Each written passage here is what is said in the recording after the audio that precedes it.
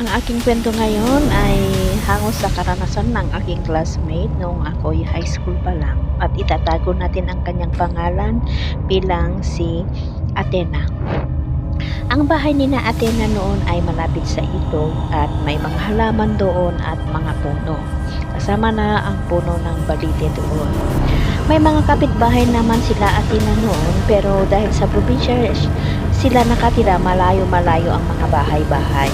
Tanghali na noon habang sila ay nasa pintuan ng kanilang bahay ay nakaupo sa hagdanan ay may nakita si Athena na braso ng isang lalaki.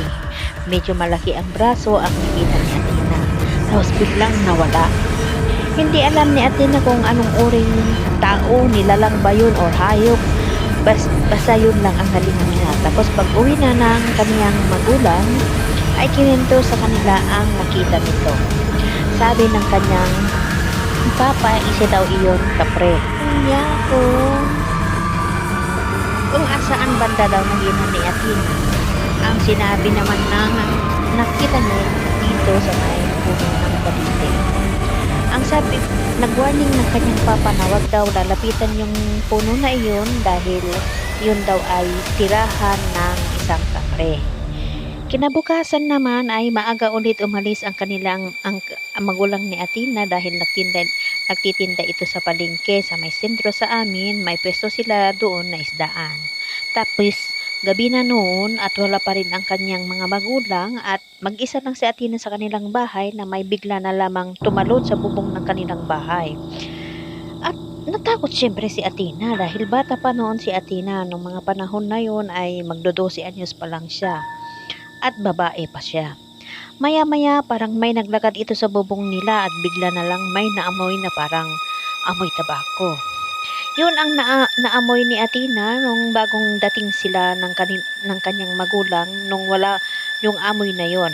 Tas sabi ng isa na nilang kapitbahay, noon siya daw ay dumaan sa bahay nila, gabi na noon ay may nakita daw siyang isang malaking lalaki nakaupo sa bubong ng kanilang bahay. At naninigarilyo to tas sobrang kapal daw ang balahibo nito at malaki ang tabako nito. Tapos yung binubuga daw ng usok ay may halong kulay itim na mabilis lang naglaho. Sabi nila may nakatira daw nakapre doon sa lugar nila.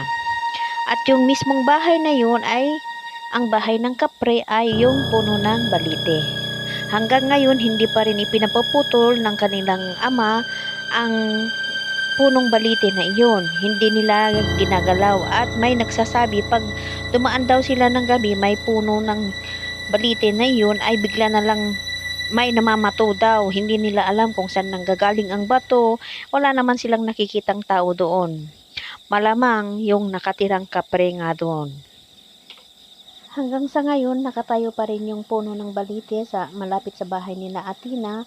Although ang bahay ni na Athena ay bato na ito at maganda na, pero ayaw nila ipapaputol kasi may mga sabi-sabi na kapag ipapaputol mo daw yung kahoy na yun ay pag nagalit daw yung nakatira doon na kapre at mamalasin sila. Kaya natakot din ang magulang ni Athena at sila Athena rin ay hindi na rin ginagalaw yung puno ng balite na iyon.